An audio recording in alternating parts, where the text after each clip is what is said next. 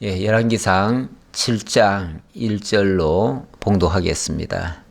솔로몬이 자기의 왕궁을 13년 동안 건축하여 그 전부를 준공하니라.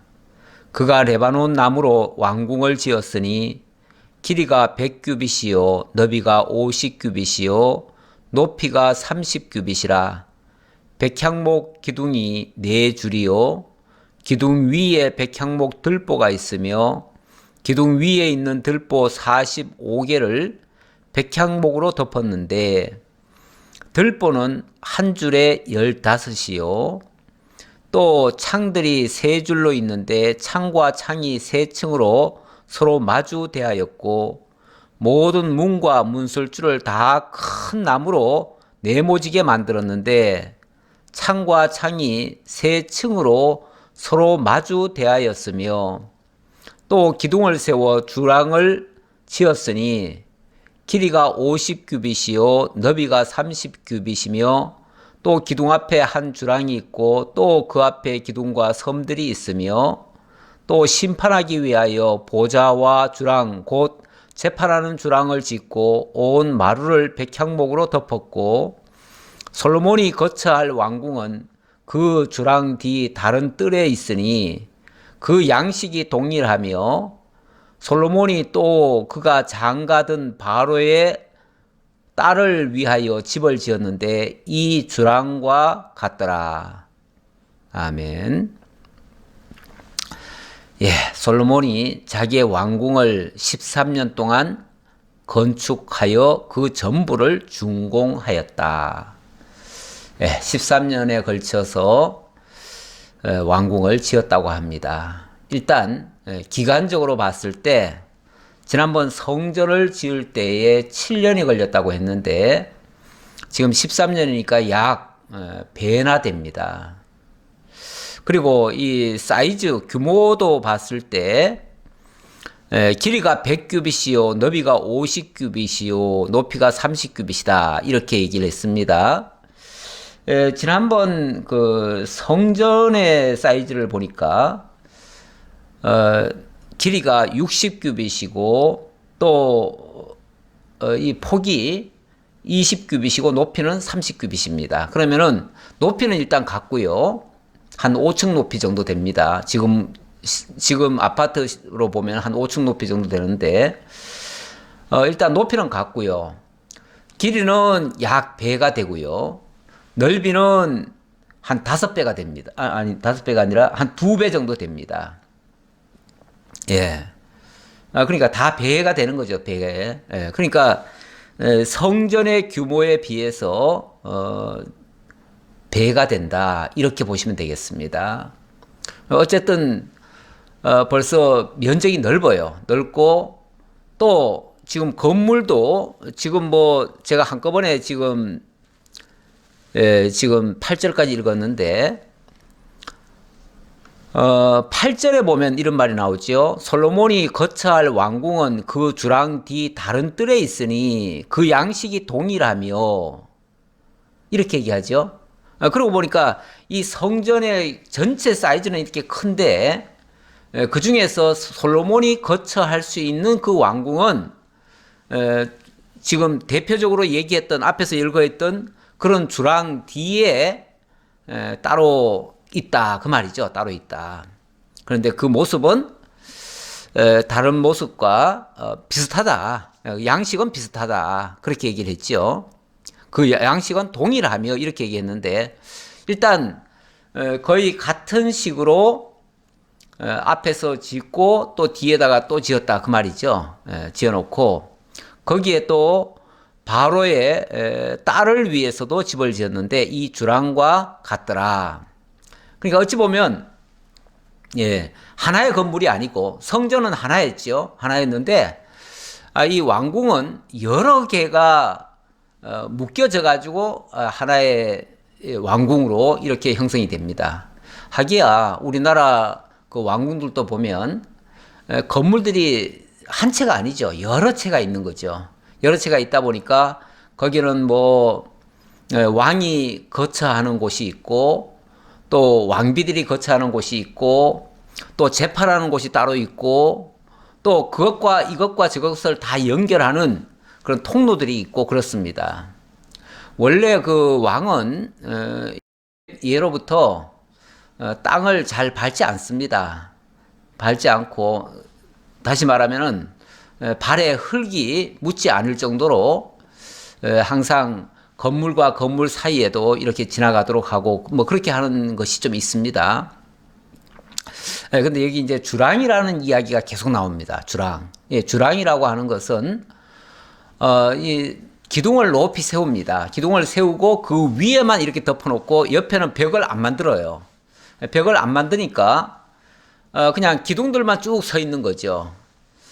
그 왕궁에도 보면은 그 건축물들이 안쪽에는 방들이 있고 그러니까 그거는 다 벽도 있어야지요. 그런데 이제 바깥으로는 벽이 없어요. 벽이 없고 기둥만 세워놓고 기둥에는 밑에는 이제 나무를 깔아놓고 위에도 물론 뭐 백향목으로 다 덮지요. 그렇게 하니까 그 사이가 공간으로서 쓸 수는 있는데 이 담이 없는 공간이죠. 그런 것들을 전에 성경에는 낭실이라고 그랬는데 지금은 주랑이라고 이렇게 표현을 했네요. 주자가 그게 기둥 주자입니다. 그러니까 기둥을 세워가지고 방처럼 만들었다. 그런데 벽은 없다. 벽 없는 방이에요. 쉽게 말하면 벽 없는 방이 이 건축물 그 기둥을 많이 이걸 세우려면은 기둥이 굉장히 많지요. 많은데 어쨌든 뭐 그 백향목이라고 하는 그 나무를 가지고 아까 보니까 또 그런 말도 있어요. 5절에 보니까 모든 문과 문설주를 다 큰 나무로 네모지게 만들었는데 네모지게 만들었다. 네모지게 만들었다 그러면은 나무를 통나무를 이렇게 둥글게 그대로 쓰는 게 아니고 그거를 네모로 깎았다는 얘기죠. 그러니까 아주 오늘날로 말하면은 나무를 아주 그걸 뭐라고 그래요? 커팅을 해가지고 반듯하게 한 거죠. 반듯하게. 재단을 만들 때인가요? 재단을 만들 때 보면은 원래는 그 깨지 말고 있는 그대로 쓰라고 그럽니다. 그래서 하나님께 제사 드리는 그 장소는 원래 변형이 없어야 된다는 것이 원칙입니다.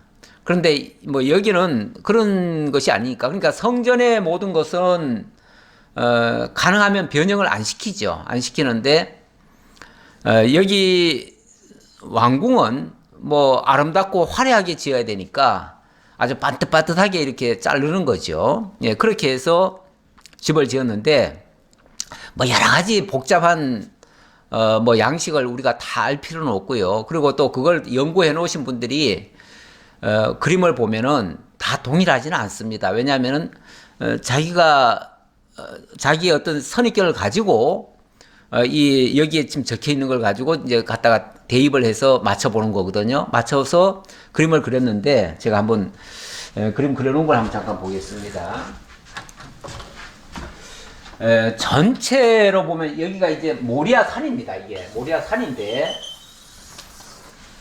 자 이게 모리아 산이에요. 이 장소가 모리아 산이고 성전은 어디에 지어지냐면 모리아 산 여기 뒤쪽 여기쯤에 지어집니다. 여기에 이렇게 지어집니다. 지어지고 지금 쭉 열거한 그 건물들이 이 성전 앞에 여기쯤에 그러니까 여기가 이제 산 정상이라면 이쪽에 이제 성전이 있고 여기에 건물을 또 지어요. 이 건물이 여기 제가 그림에 본 걸로 봐서는 레바논 숲집이다 이렇게 얘기합니다. 레바논 숲 레바논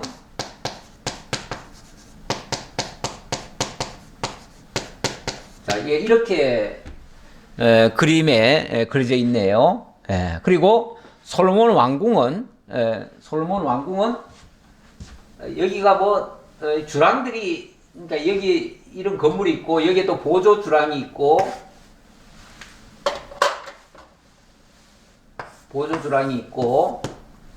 주랑들이 이쪽으로 이렇게 쭉 있어요. 이쪽으로 이렇게 쭉 있는데 여기쯤에 여기쯤에 솔로몬 왕궁이 여기쯤에 지어집니다. 지어지고 바로의 딸을 위한 집이 또 여기에 이렇게 지어집니다. 그러니까 바로 딸을 위한 궁이죠. 그러니까 그 왕비의 집이라고 말할 수도 있겠죠. 예. 자, 이렇게 지어지고, 여기와 여기가 이렇게 뭐 주랑으로 연결돼 있어요. 예, 주랑으로 연결돼 있고, 아마 글쎄, 이 레바논 숯집이라고 하는 거는 뭐 사실 성경에, 저는 본 기억이 잘 없습니다. 근데 어쨌든 그림에 보니까 그렇게 돼 있어서 일단 그대로 적어 놨습니다. 그리고 이쪽에 건물들이 여기 많아요. 보니까 이렇게 많아요. 건물들이 많고 또 여기도 건물이 물론 좀 있고요. 계단을 이렇게 해서 올라가면서 왕궁으로도 들어가고, 쉽게 말하면 이쪽으로도 가고, 또 이 뒤로 해가지고 이제 성전으로 들어가고, 여기가 성전이죠. 전체 그 산에서 봤을 때는 이렇게 돼 있다. 전체 구조가 이렇게 돼 있다. 그렇게 보시면 되겠습니다. 그리고 이 테두리로는 쭉 가면서 이게 이제 이 테두리가 그 성곽처럼, 성곽이죠. 이게 성곽입니다. 성곽이 있고요. 자, 그렇게 만들어져 있다. 그렇게 보시면 되겠고, 여기는 이 모리아산, 여기가 성전 앞에 큰 뜰입니다. 뜰. 그러니까 원래 이 자체가 이제 모리아산이라는 거고요. 여기가 이제 큰 뜰이고, 여기서 이제 성전으로 들어가는 이제 구체적인 거는 이제 여기서 다 만들어집니다. 자, 그렇게 일단은 구성되어 있다는 것을 보시고요. 자, 9절 볼까요? 9절. 이 집들은 안팎을 모두 귀하고 다듬은 돌로 지었으니 그 크기대로 톱으로 켠 것이라. 그 반석에서 처마까지와 외면에서 큰 뜰에 이르기까지 다 그러하니 그 반석은 귀하고 큰 돌, 곧 10규빗 되는 돌과 8규빗 되는 돌이라. 예, 반석. 원래 이제 돌보다 좀 더 큰 거를 바위라고 그러고, 바위보다 더 큰 거를 반석이라고 그럽니다. 그런데 이 반석, 엄청나게 큰 반석입니다. 이 반석이 얼마나 큰지, 그 사이즈가 10규빗이나 된다. 10규빗 되는 돌과 8규빗 되는 돌이다. 이렇게 얘기합니다. 10규빗이면은 50cm만 따져도 5m 길이에요. 5m. 5m면은, 뭐, 엄청나게 크죠? 이렇게 큰 바위, 이렇게 큰 반석, 그것을 이제 아주 반듯하게 또 깎습니다. 이렇게. 아주 톱으로 썰듯이, 톱으로 썰었다고 그러죠? 톱으로 켜가지고 반듯하게 해서, 그렇게 해서 운반을 해온 겁니다. 그러니까 얼마나 힘들게 했겠어요. 그래서 지난번에 그 채석공들이 그렇게 많이 동원됐던 것 같습니다. 물론 성전 지을 때도 그렇게 많이 필요했지만, 지금 이 왕궁은 그 규모가 더 크니까요. 그리고 그 건물도 더 많으니까요. 더 다양합니다. 건물이. 그래서 이렇게 많은 돌이 들어갔는데, 이 집들은 안팎을 모두 귀하고 다듬은 돌로 지었다. 귀하고 다듬은 돌. 그러니까 그러니까 그 돌 종류도 굉장히 고급진 걸로 했고, 또 크기도 엄청나게 컸고, 이거를 톱으로 켜가지고 옮겨왔는데, 그 반석에서 처마까지와 외면에서 큰 뜰에 이르기까지 다 그랬다. 큰 뜰에 이르기까지. 외면에서 큰 뜰에 이르기까지. 여기가 이제 큰 뜰이거든요. 큰 뜰에 이르기까지. 그러니까 이 바깥에서부터 이 큰 뜰에 이르기까지 아마 돌로 다 덮었는 것 같아요. 11절 그 위에는 크기대로 다듬은 귀한 돌도 있고 백향목도 있으며 또 큰 뜰 주위에는 다듬은 돌 3켜와 백향목 두꺼운 판자 1켜를 놓았으니 마치 여호와의 성전 안뜰과 주랑에 놓은 것 같더라. 마치 여호와의 성전 안뜰과 주랑에 놓은 것과 비슷하게 그렇게 만들었다 그 얘기죠. 그러니까 이미 성전은 지난번에 벌써 7년 만에 다 지었다라고 얘기했습니다. 다 지었는데 거기에 들어가는 그런 재료, 그런 어떤 규모, 이런 것들이 이 솔로몬 왕궁에도 쓰였다 그 얘기죠. 그 얘기예요. 자, 그래 놓고 자 13절로 넘어갑니다. 13절은 갑자기 또 성전 이야기를 합니다. 어찌 보면 이 솔로몬 왕궁 이야기는 여기서 끝나요. 방금 했던 12절까지가 끝이에요. 그게 이제 왕궁 이렇게 해서 13년간에 지었다. 어찌 보면 간단하게 얘기하죠. 간단하게. 뭐 7장 1절로부터 12절까지만 얘기했으니까요. 간단하게 끝났습니다.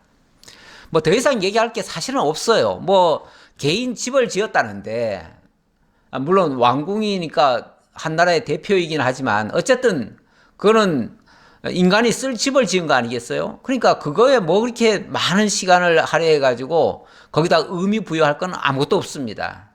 그냥 인간이 지은 집은요, 그냥 그 사람이 살기에 편하고, 그냥 아름답고 화려하게 그 위용을 나타내기 위해서 그렇게 했을 뿐이에요. 그러니까 거기에는 의미를 크게 둘 게 없으니까 이 정도로 잘 지었다라고만 얘기하고요. 그 다음, 13절부터는 다시 성전 짓는 이야기를 합니다. 자, 13절 보겠습니다. 솔로몬 왕이 사람을 보내어 히람을 두로에서 데려오니 그는 납달리 지파 과부의 아들이요 그의 아버지는 두로 사람이니 놋세 대장장이라. 이 히람은 모든 놋 일에 지혜와 총명과 재능을 구비한 자이더니 솔로몬 왕에게 와서 그 모든 공사를 하니라. 예, 제가 다시 성전 이야기를 한다라고 말씀드렸는데, 아니 성전 다 지었다면서 무슨 성전 얘기를 또 하느냐. 예, 앞에서 6장에서 성전 다 지었다라고 얘기 끝냈습니다. 끝냈는데 성전 이렇게 다 지었다라고 얘기만 했지 그 내부에 어떻게 세밀하게 지었는지는 설명을 안 했어요. 그거에 대한 설명입니다. 그러니까 이거는 어찌 보면 앞에서 성전 지었다, 다 지었다라는 걸 얘기해 놓고 그리고 거기에 대한 상세한 내용은 이제부터 얘기하겠다 그 얘기예요. 그렇게 이해를 하셔야지. 마치 뭐 성전 앞에서 다 지어놓고 그 다음에 그러니까 쉽게 말하면 뭐 껍데기만 지어놓고 그 다음에 멈췄다가 13년간 또 왕궁 다 짓고 그 다음에 성전공사를 또 했다 이 얘기는 아니에요. 성전공사가 어찌 보면 7년 안에 있는 얘기를 여기다가 덧붙인 얘기예요. 더 상세하게 덧붙였다기보다는 더 상세하게 설명을 했다 이렇게 이해하시면 되겠습니다. 자, 그런데 여기 성전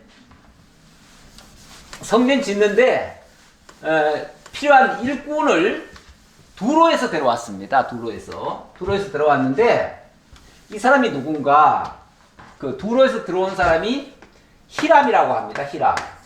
히람인데 이 히람이 누구냐를 얘기하면서 이 사람은 납달리 지파 과부의 아들이요 그의 아버지는 두로 사람이다. 자, 일단 어머니는 납달리 사람이니까 이 사람은 어찌 보면 유대인이죠. 유대인이면서 아마 과부가 된 사람 같아요. 그런데 아버지는 두로 사람이다 그렇게 얘기를 합니다. 그래서 아마도 유대인의 그런 어떤 사상은 가지고 있으면서 그러나 살기는 어려운 형편에서 두로로 그 어머니가 시집을 가서 거기서 산 사람입니다. 이런 사람을 이스라엘 사람이라고 해야 될까요? 두로 사람이라고 해야 될까요? 일단은 두로에 사니까 두로 사람이라고 말할 수 있겠지만 그의 교육을 어머니가 했다면은 사실은 그의 사상 가운데는 어머니 쪽이 더 가깝지요. 그래서 지금도 유대인들은요, 이 사람이 히브리인인지 아닌지를 판가름할 때 그의 아버지가 누구냐를 묻지 않습니다. 아버지를 묻는 것이 아니고 그의 어머니를 묻습니다. 그 어머니가 유대인이냐? 그러면은 그 아들도 유대인이 될 수 있다. 물론 요즘은 유대인이 되는 자격은 자기가 자원을 해야 됩니다. 자기가 자원을 해야지 무조건 뭐 유대인으로 다 받아주지 않습니다.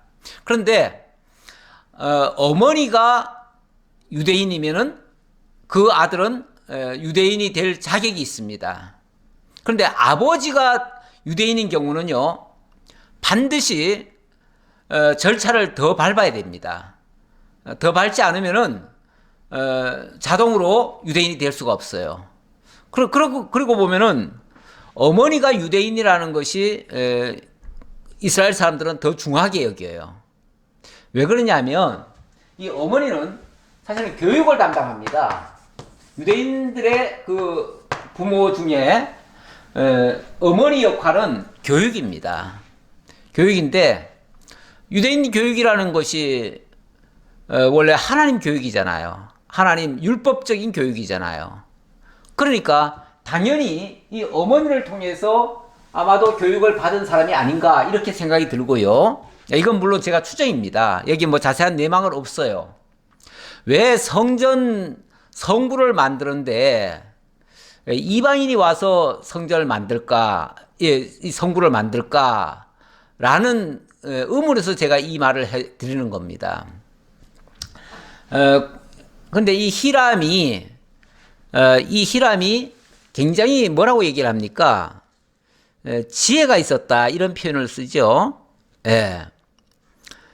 이 히람은 14절 중반에요. 이 히람은 모든 놋일에 지혜와 총명과 재능을 구비한 자이더니 이렇게 얘기합니다. 지혜와 총명과 재능을 구비했다. 근데 이 재능, 총명 이런 거는 총명이라고 하면 뭐 일종의 똑똑하다라는 뜻이고 재능이라고 하는 거는 기술이 좋다는 뜻인데 지혜는 뭘까요? 지혜는 그야말로 하나님을 아는 지식이 있는 사람이에요. 하나님 아는 사람이에요. 하나님 모르면은 이 일을 할 수가 없습니다. 지금 지혜라고 하는 게 뭐 인간의 머리가 좋다 이런 차원에서 얘기가 아니에요. 이거는 정말 하나님의 뜻을 아는 지혜를 얘기하는 거예요.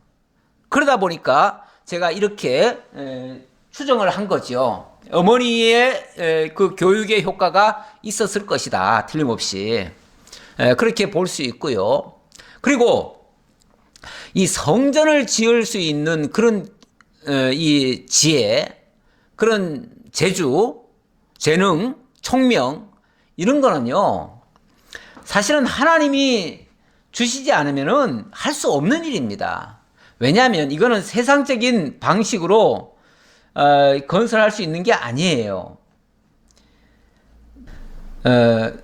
구약에 하나님께서 성막을 짓게 하실 때 그때 부살렐과 오홀리압이라고 하는 사람을 하나님께서 선택하게 하시죠. 근데 그 부살렐과 오홀리압을 보면요. 그는 정말 남다른 그런 지혜가 있었습니다. 근데 그 지혜를 하나님의 영이 그와 함께 하셨다. 그렇게 얘기를 합니다. 그러니까 성령이 그와 함께 하심으로 그가 지혜자가 됐다. 그 말이죠. 그러니까 성령이 함께 하지 않으면은 하나님의 성전에 참여할 수가 없습니다. 제가 그 얘기 하려고 좀 찾아봤으면 싶은데 제가 그걸 체크를 안 해놨네요. 예, 부살렐과 오홀리압 이제 하나님의 식양을 하나님께서 모세에게 식양을 주고 그 식양을 부살렐과 오홀리압에게 딱 맡겨주니까 부살렐과 오홀리압이 그 공교하고 정교하게 모든 것을 만들어냅니다. 여기도 마찬가지라 그 말이에요. 이 히람이라고 하는 사람 어찌 보면 세상적으로는 보잘것없는 사람일 수 있어요. 왜냐하면 일단 어머니가 과부였고 또 이방인 아버지 밑에서 자란 사람이에요. 그러니까 보잘것없는 사람이죠. 그런 사람이 하나님의 아주 귀중한 일에 쓰임받는 진짜 총 그 감독이 된 거 아닙니까? 이런 사람을 데려다가 썼는데 우리 하나님께서 당신의 사역에 당신의 그 역사에 쓰시는 자들의 그 모습을 그 면면을 보면 사도 바울이 말한 것처럼 말에도 조라고 모든 부분이 약하고 그런 자들을 들어다가 그러니까 어리석은 자를 들어다가 지혜자를 부끄럽게 하시고 말 잘못하는 자들을 들어다가 잘하는 자들을 부끄럽게 하시고 이렇게 하시는 하나님이라고 그랬어요. 그러니까 하나님은 약한 자를 들어다가 강한 자를 부끄럽게 하시는 분이에요. 자, 이런 원리로 본다면 하나님께서 이런 자를 들어다가 정말 하나님의 그 귀한 일에 쓰시지 않았을까. 이거는 전적인 하나님의 은혜로 되어지는 일이다라는 것을 말씀드리고 싶습니다. 그리고 여기 이방인의 어찌 보면 피가 흐르고 있다라고도 볼 수 있는데 이거는 장차 이방인들도 그 하나님의 거룩함에 참여할 수 있다고 하는 그 길이 열린 거예요. 오늘날 우리들도 어찌 보면 다 이방인 아닙니까? 육적으로 말하면은 하나님의 은혜 속에 참여할 사람들이 못 됩니다. 그런데 하나님께서 오히려 이방인들은 구원에 참여하게 하시고 본 나라 사람들은 제가 오늘 신학교에서 마태복음 8장, 9장을 제가 증거를 하고 왔는데 거기도 보니까 그런 얘기가 나오더라고요. 그 세리와 죄인들, 그들은 그리스도께서 죄인을 불러 회개케 하고 하나님의 나라에 참여하게 만들지만 나라의 본 자손들은 밖에 나가서 울며 이럴갈미 있으리라 이런 말을 해요. 다시 말하면 그리스도가 오셨을 때에 이방인들은 영접을 하는데 정작 그 유대인들은 그 예수를 배척을 하고 오히려 예수를 잡아 죽이려 하고 이렇게 한다는 얘기죠. 오늘날 우리가 이방인이면서 우리가 구원을 받고 정작 유대인들은 지금 예수를 모릅니다. 예수를 몰라가지고 구원 밖에 떨어져 나가고 정말 참 구원을 알지 못하는 그런 백성이 되어버렸죠. 그렇게 될 것을 어찌 보면 이것도 예표적으로 보여주고 있다. 그런 측면에서 제가 한번 이거를 설명을 드렸습니다. 이게 그렇게 뭐 중요한 건 아닌데 하나님께서 하나님의 선한 일에 쓰실 때에 하나님의 전적인 은혜로 쓰신다라는 걸 강조하려고 말씀드렸습니다. 자, 그 다음 그가 15절입니다. 그가 녹기둥 둘을 만들었으니 그 높이는 각각 18규빗이라 각각 12규빗 되는 줄을 두를만 하며 또 놋을 녹여 부어서 기둥 머리를 만들어 기둥 꼭대기에 두었으니 한쪽 머리의 높이도 5규빗이요 다른 쪽 머리의 높이도 5규빗이며 자, 이게 무슨 소리냐면 이거는 이 성전에서 이 성전 앞에 여기에 이제 큰 기둥을 세웁니다. 기둥을 세우는데 이렇게 그려볼까요? 한번 입체적으로 그려보면 이렇게 되겠죠. 이렇게 되는데 자, 이게 여기서부터 기둥이 이렇게 만들어집니다. 두 개. 이 기둥을 세우는데 이 기둥 높이가 18규빗이라는 거예요. 맞나요? 예, 그렇죠. 18규빗. 15절 다시 보면요. 그가 녹기둥 둘을 만들었으니 그 높이는 각각 18규빗이라. 기둥을 만드는데 놋으로 만들어요. 놋으로 만드는 기둥이 18규빗이에요.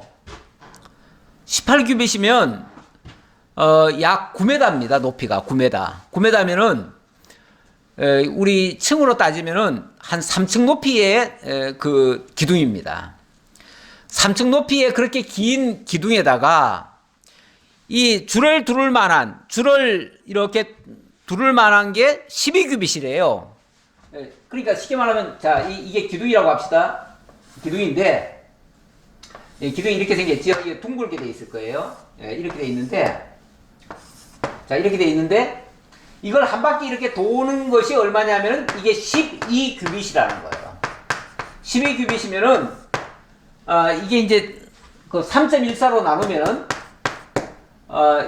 이게 원둘레가 12규빗이라는 거니까, 이 원둘레의 지름을 따지면은 약 한 2m가 됩니다. 2m. 제가 계산을 미리 해봤어요. 그랬더니 약 2m가 되더라고요. 2m면은 제 키가 지금 1m 65밖에 안 되니까 이거보다도 더 넓은 거죠. 한 2m니까 한참 더 가지요. 그 2m가 지름이고요. 이만한 것이 둥그렇게 돼 있는 거예요. 그러니까 얼마나 크겠어요. 근데 이게 전부 다 녹기둥이라는 거예요. 녹기둥인데, 자, 이런 기둥을 보니까 또 노설 녹여 부어서 기둥 머리를 만들어 기둥 꼭대기에 두었으니, 근데 여기서 끝나는 게 아니고 여기다가 기둥 머리를 또 만든대요. 기둥 머리가 뭐 어떻게 생겼는지 모르겠어요. 여기 어떤 형상이 들어갈 거예요. 형상이 들어가는데 그 형상이 만들어져 있는 그런 기둥 머리가 있는데, 이게 또 5규빗이래요, 이게. 그러니까 여기 18규빗에서 여기까지 또 5규빗이 더 올라가는 거죠. 5규빗이면 약 한 2층이 더 올라가요. 그러니까 아까 이게 3층이고 2층 높이 더 올라가니까 총 이게 한 5층 높이가 되는 거죠. 그러니까 이게 총 18, 5, 그러니까 23규빗이 되는 거죠. 이렇게 높은 기둥인데 그 기둥 머리도 노수로 만들었다. 자, 그래 놓고 기둥 꼭대기에 있는 머리를 위하여 바둑판 모양으로 엮은 그물과 사슬 모양으로 따은 것을 만들었으니 그 머리에 7이요 저 머리에 7이라. 자, 이런 기둥이 쉽게 말하면 2개 아닙니까? 2개? 이런 기둥이 2개입니다. 2개인데 이 기둥과 이 기둥 사이, 이 기둥 위에다가 여기다가 이 바둑판 모양, 바둑판 이렇게 돼 있죠? 바둑판 모양의 그물을 위에 올려놨다는 거죠. 올려놓고 그 얽은 그물과 사슬 모양으로 따은 것을 만들었으니 여기에 또 그리고 여기다가 또 이렇게 뭘 또 따았어요. 뭘 따가지고 이렇게 하고 여기다가 또 기둥을 이렇게 만들었고 또 2줄 석류를 한 그물 위에 둘러 만들어서 기둥 꼭대기에 있는 머리에 두르게 하였고 다른 기둥 머리에도 그렇게 하였으며 여기에 2줄 석류, 석류를 또 달았다는 거예요. 석류. 그 다음 이 2 기둥 머리에 있는 그물 곁 곧 그 머리에 공같이 둥근 곳으로 돌아가며 각기 석류 200개가 줄을 지었더라. 여기에 석류 200개를 달았다는 거죠. 그러니까 석류 모양이죠. 석류 모양의 그런 어떤 원형 구로된 거를 만들어 가지고 그것을 이 그물에다가 걸어놨다는 거예요. 뭐 제가 지금 연상이 사실은 잘 안 됩니다. 이런 사진을 딱 봤으면 좋겠는데 일단 이렇게 만들어져 있다라고 이해하시면 되겠습니다.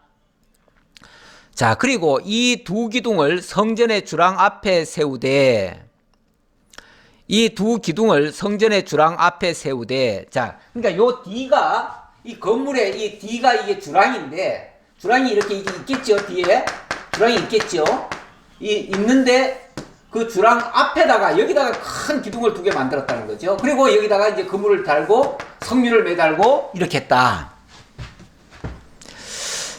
자, 그래 놓고 이 2 기둥을 성전의 주랑 앞에 세우되 오른쪽 기둥을 세우고 그 이름을 야긴이라 하고 왼쪽 기둥을 세우고 그 이름을 보아스라 하였으며 오른쪽 기둥은 야긴, 왼쪽 기둥은 보아스 이렇게 이름을 지었다는 거예요. 그러니까 이 기둥 하나하나가 각각 이름이 있는 거예요.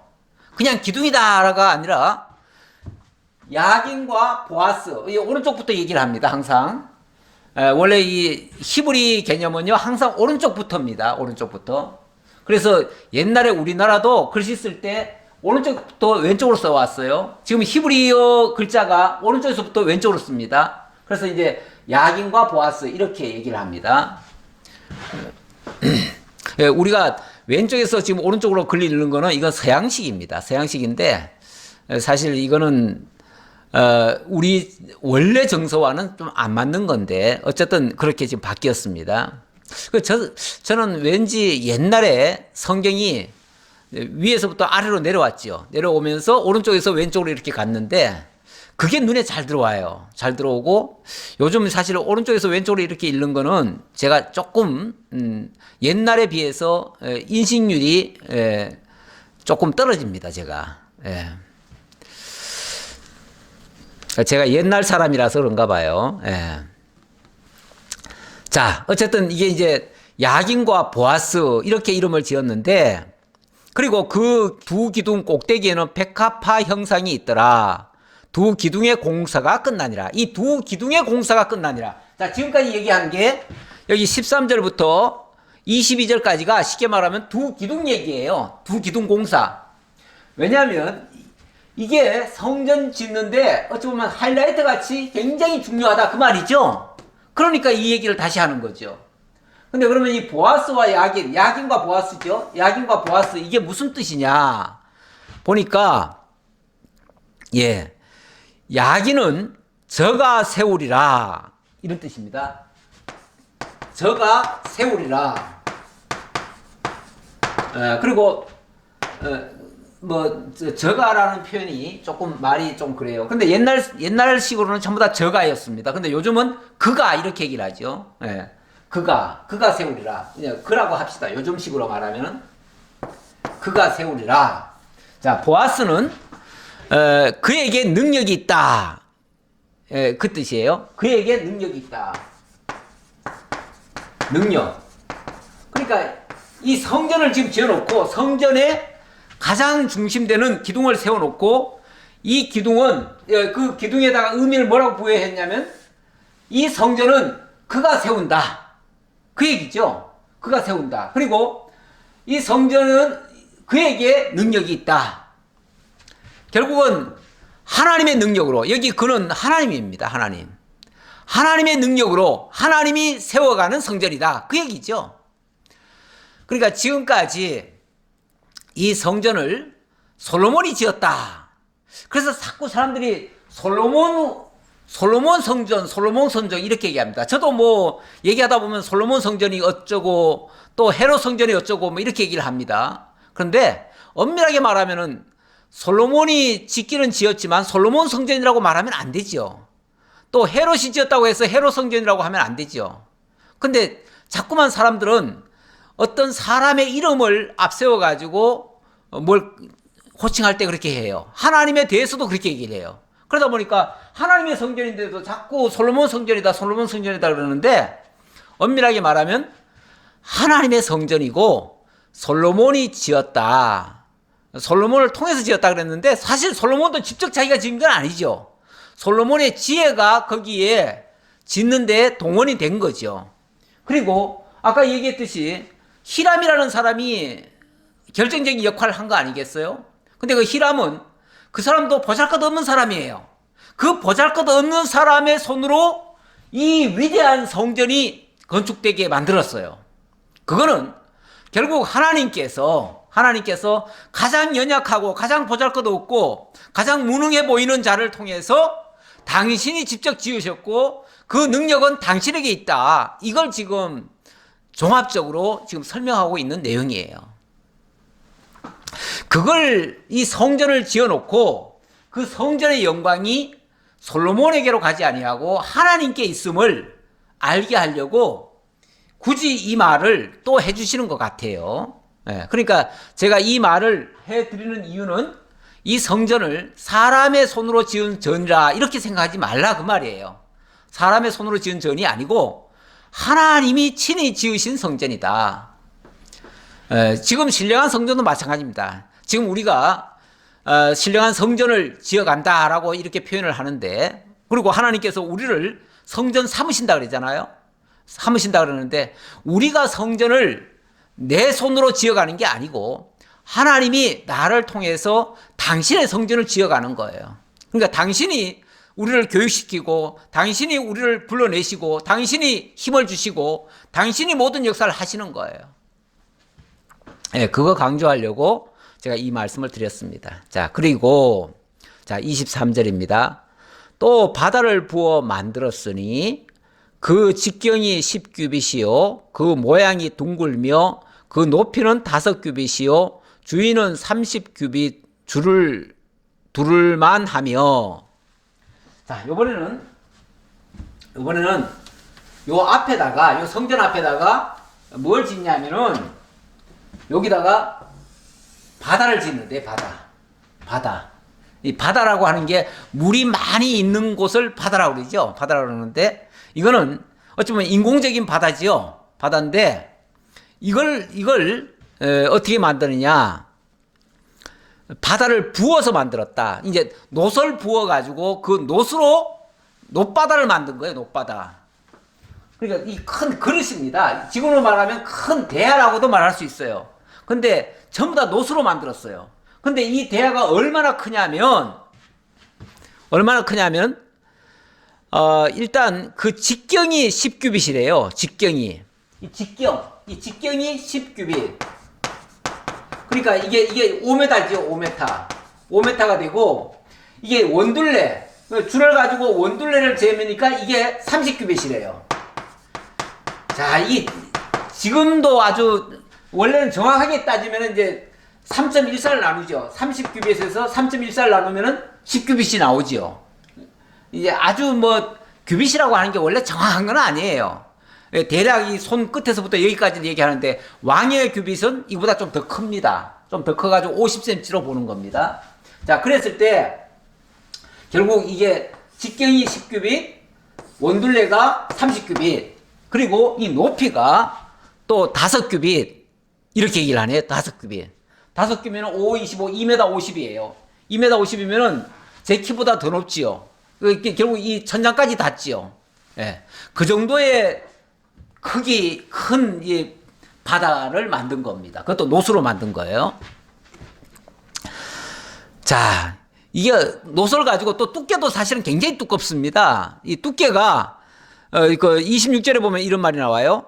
바다의 두께는 한 손 너비만 하고 한 손, 이 손 이만큼이 높다는 거죠. 두께가. 놋을 부어서 만들었는데 이만큼 두께로 만들었다는 거예요. 그러니까 어마어마한 거죠.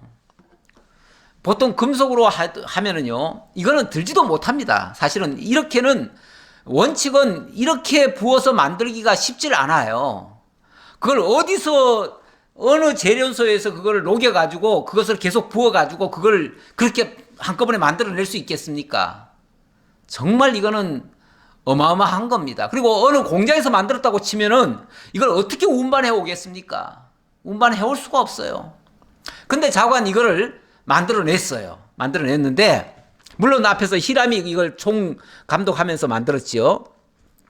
이게 얼마나 무거웠는지, 자, 25절에 보니까 그 바다를 소 12마리가 바쳤으니 세선 북쪽을 향하였고 세선 서쪽을 향하였고 세선 남쪽을 향하였고 세선 동쪽을 향하였으며 바다를 그 위에 놓았고 소의 뒤는 다 안으로 두었으며. 소의 뒤는 다 안으로 두었다는 말은 소가 여기 12마리가 있어요. 12마리가 이렇게 소가 이렇게 3마리 이렇게 돼 있는데 소 꼬리가 쉽게 말하면 다 안쪽으로 들어왔다는 거죠. 꼬리가 안쪽으로 들어왔으니까 여기는 소 대가리가 있겠죠. 예, 소는 머리라고 하는 게 아니라 소 대가리라고 얘기해야 됩니다. 예. 자, 이렇게 만들었다는 거죠. 그러니까 소들이 전부 다 사방을 이렇게 다 주시하고 있으면서 이 또 높바다를 이렇게 덮고 있는 거예요. 높바다를 올려놓고 있는 거예요. 그리고 이 안에다가 물을 이제 부으면은 거기가 바다가 되는 거죠. 자, 그리고 다시 26절 바다의 두께는 한 손 너비만 하고 그것에 가는 백합화의 양식으로 잔 가와 같이 만들었으니 그 바다는 2000밭을 담겠더라. 2000밭을. 2000밭이라고 하는 게 제가 또 이 양을 찾아보니까요. 한 밭이 22리터라고 그래요. 한 밭이 22리터면은 약 44,000리터가 됩니다. 어마어마한 거죠. 그러니까 이게 2000밭이면은 쉽게 말하면은 20리터짜리를 2000개, 2200개가 되겠죠. 2200개를 갖다 부은 겁니다. 쉽게 말하면 물통을 2200개나 갖다가 부었다 그 말이죠. 그만큼의 양이 물이 담겼다. 그러니까 어마어마한 거죠. 이렇게 하니까 이제 바다라고 표현을 하는 거예요. 이런 바다는 왜 만들었을까? 예. 이거는 이 바다라고 하는 거는 원래 제사장이 이 앞에 또 이제 제단이 있습니다. 제단이 있는데 제단이 있죠. 제단이 있는데 이 제단에서 소를 잡고 또 여기서 이제 제사를 드리고 하면은 거기서 뭐 막 먼지도 나고 뭐 이런 게 있잖아요. 그 더러움이 있잖아요. 그 더러움을 여기서 이제 보는 겁니다. 여기서 보도록 만드는 거예요. 그러면은 그 더러운 것을 보고 씻도록 만드는 건데 이 물이라고 하는 거는 일종의 세례라고 하는 의미도 있고요. 또 씻는다는 의미도 있어요. 회개의 상징이기도 해요. 회개. 그러니까 영적으로 말하면 회개의 상징이다. 그렇게도 말할 수 있고 우리의 흠과 티를 거기서 발견할 수 있는 거죠. 발견하게 만드는 거죠. 원래 하나님 앞에 들어갈 때는 흠과 티가 없어야 되거든요. 흠과 티가 있는 채로는 들어갈 수가 없어요. 그러니까 흠과 티가 없도록 여기서 바다는 쉽게 말하면 그게 거울인 거예요. 거울. 거울과 같아서 거기서 보면은 그 더러움이 다 보이죠. 그럼 보이면 그 씻고 이제 들어가는 거죠. 그렇게 하면 깨끗해지는 거죠. 그런 목적으로 이 바다를 만들어 놓은 거예요. 그리고 원래 바다라고 하는 거는 세상의 모든 더러움을 다 끌어안는 곳 아닙니까? 그런 기도 해요. 사실 모든 강, 개천, 모든 더러운 것이 전부 다 바다로 들어갑니다. 다 흘러갑니다. 근데 아무리 더러운 게 들어와도 바다는 다시 또 그것을 또 깨끗하게 정화를 또 하지요. 그런 역할도 또 합니다. 예. 자, 그런 모습을 지금 형상화한 것이 쉽게 말하면 이 높바다예요. 자, 그래 놓고 27절입니다. 또 노수로 받침수레 열을 만들었으니 매 받침수레의 길이가 4규빗이요 높이가 3규빗이라. 그 받침수레의 구조는 이러하니 사면 옆 가장자리 가운데에는 판이 있고 가장자리 가운데 판에는 사자와 소와 그룹들이 있고 또 가장자리 위에는 놓는 자리가 있고 사자와 소 아래에는 하환 모양이 있으며 이번에는 받침 열과 물두멍 10개를 지금 만드는 장면인데요. 자, 물두멍. 앞에서 이제 이 바다 얘기를 했고요. 이제 물두멍을 또 만듭니다. 물두멍을 만들고 또 그것을 옮길 수 있는 받침 수레도 만듭니다. 그걸 이제 10개. 이건 어찌 보면 조금 이동할 수 있는 물두멍이에요. 그러니까 이건 바다는 아니고. 그러니까 여기서는 내 허물을 본다라고 이해하시면 되겠고, 물두멍에 가서 사실은 씻는 거죠. 이 물두멍이 10개예요, 또. 여기에 10개. 이렇게 10개, 5개씩 이런 식으로 있는 거예요. 있어가지고, 여기서 보고, 여기서 씻고, 이제 이렇게 이해하시면 되겠습니다. 근데 요거는 좀 크기가 좀 크지는 않아요. 여기는, 받침 수레가 4규빗이고, 너비가 4규빗. 4규빗. 그럼 이건 이동용인데 4규빗이니까 한 2m 정도 되죠. 2m 정도짜리가 이게 한 10개죠. 예. 10개를 만들고, 거기다가 이제 물두멍을 또 놓는 겁니다. 자, 30절. 일단 이건 이제 이동용이다 보니까 그 받침 수레 이렇게 표현을 했습니다. 그 받침 수레에 각각 4 바퀴와 축이 있고 받침 수레 4발 밑에는 어깨 같은 것이 있으며 그 어깨 같은 것은 물두멍 아래쪽에 부어 만들었고 화환은 각각 그 옆에 있으며 그 받침 수레 위로 들이켜 높이가 1규빗 되게 내민 것이 있고 그 면은 직경 1규빗 반이 되고 반원형으로 우묵하며 그 나머지 면에는 아로 새긴 것이 있으며 그 내민 판들은 네모지고 둥글지 아니하며 그러니까 바깥에서 봤을 때는 네모진데 안쪽은 또 원형처럼 이렇게 되어 있는 것 같아요.